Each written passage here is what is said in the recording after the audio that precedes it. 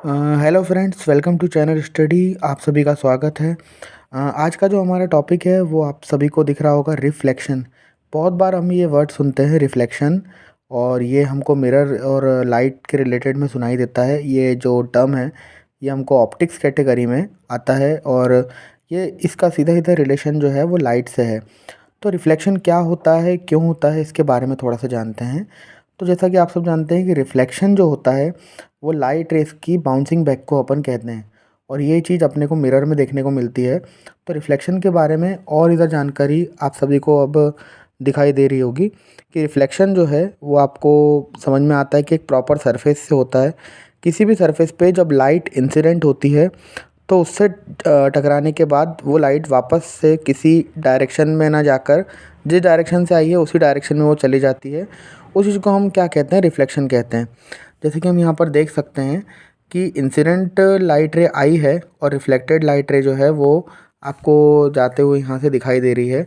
और एक इसमें स्पेशलिटी ये होती है कि जितने एंगल पे ये लाइट रे आती है उतने ही एंगल पे रिफ्लेक्ट होती है। लेकिन ये डिपेंडेंट है।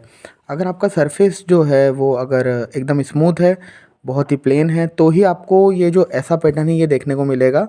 नहीं तो आपको इर्रेगुलर रिफ्लेक्शन देखने को मिल सकता है। फिर अब रिफ्लेक्शन किस किस चीज़ों में पॉसिबल है, तो रिफ्लेक्शन जनरली हम स्टडी करते हैं मिरर्स के लिए। मिरर हमारे जो हैं वो दो टाइप के होते हैं, प्लेन मिरर और स्पेरिकल मिरर। प्लेन मिरर जो होता है वो आपका सब जानते ही हैं कि जो हमारे घर में कांच लगा रहता है जिसमें हम अपने आप को देख सकते हैं, वो प्लेन मिरर होता है। और स्पेरिकल मिरर कौन सा मिरर होता है, जो एक तरह से ग्लास के किसी सेक्शन को कट करके हम बनाते हैं। स्पेरिकल मिरर में भी दो कैटेगरी होती हैं, आप जानते ही हैं, concave and convex. Headlights and dentist के पास जो मिरर होता है वो कॉनकेव है, और कॉन्वेक्स मिरर जो होता है वो हमारे सीसीटीवी एंड जो रियर व्यू हमारी व्हीकल्स में होता है उसमें हम जो मिरर यूज़ करते हैं उसको हम कॉन्वेक्स मिरर बोलते हैं। अभी यहाँ पर इनके डायग्राम्स नहीं बनाए गए हैं, वो नेक्स्ट वीडियो में विद केसेस समझाए जाएंगे।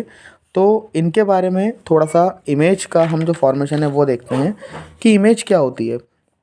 तो इमेज अगर हम देखें तो इमेज जब ऑब्जेक्ट्स का एक अपीयरेंस हमको दिखाई देता है, जैसे जब हम आईने के सामने खड़े होते हैं तो हम ऑब्जेक्ट की तरह बिहेव कर रहे हैं। तो इमेज क्या है कि एक तरह से अपीयरेंस होता है, जो आप ऑब्जेक्ट को अपीयर करवाओगे किसी भी सरफेस से, वो आपका इमेज होता है। इमेज दो टाइप की होती है, एक होती है रियल इमेज और एक होती है वर्चुअल इमेज। रियल इमेज जो होती है वो आपकी रियल इंटरसेक्शन ऑफ रेस से बनती है, आपको आगे के डायग्राम्स में बिल्कुल क्लियर हो जाएगा ये। और वर्चुअल इमेज जो होती है वो वर्चुअल इंटरसेक्शन से, मतलब वो रियल में मीट नहीं करती है, लेकिन अगर आप उसको वर्चुअली इंटरसेक्ट करवाते हैं तो वो मीट कर जाती है। फिर आपने एक टर्म बहुत इसमें सुना है इस चैप्टर में, लेटरल इन्वर्जन। तो लेटरल इन्वर्जन मतलब सिंपल सी बात है कि जब भी हम प्लेन मिरर के सामने जाते हैं और अपना राइट हैंड जो है वो अगर रेस करते हैं तो मिरर का लेफ्ट रेज होता है। ये चीज़ कहलाती है lateral inversion, that right in left and left in right. Example आप सभी जानते होंगे, एम्बुलेंस। एम्बुलेंस में जो लेटर्स हैं वो उल्टा लिखा रहता है, ताकि डेंजर टाइम पे कोई भी अगर रियर व्यू मिरर में उसको इमेजिफाई देखता है तो उससे क्या होता है कि उसको साइड देने के लिए वो जल्दी से हट जाता है। रिफ्लेक्शन के दो लॉज भी हैं। एक तो लॉज आपको यहाँ डायग्राम में दिखाई दे रहा होगा कि एंगल ऑफ इंसिडेंस और एंगल ऑफ रिफ्लेक्शन बराबर होता है। आपको ये जो लाइन दिखाई दे रही है जो ए से बी तक है, ये आपकी नॉर्मल कहलाती है। जो ए से बी तक की लाइन है ये आपकी नॉर्मल लाइन कहलाती है। इसके साथ ही आपका जो पी से लेके बी की लाइन का जो एंगल है वो फॉर्म हो रहा है। जितना आई रहता है उतना ही उतना आर रहता है।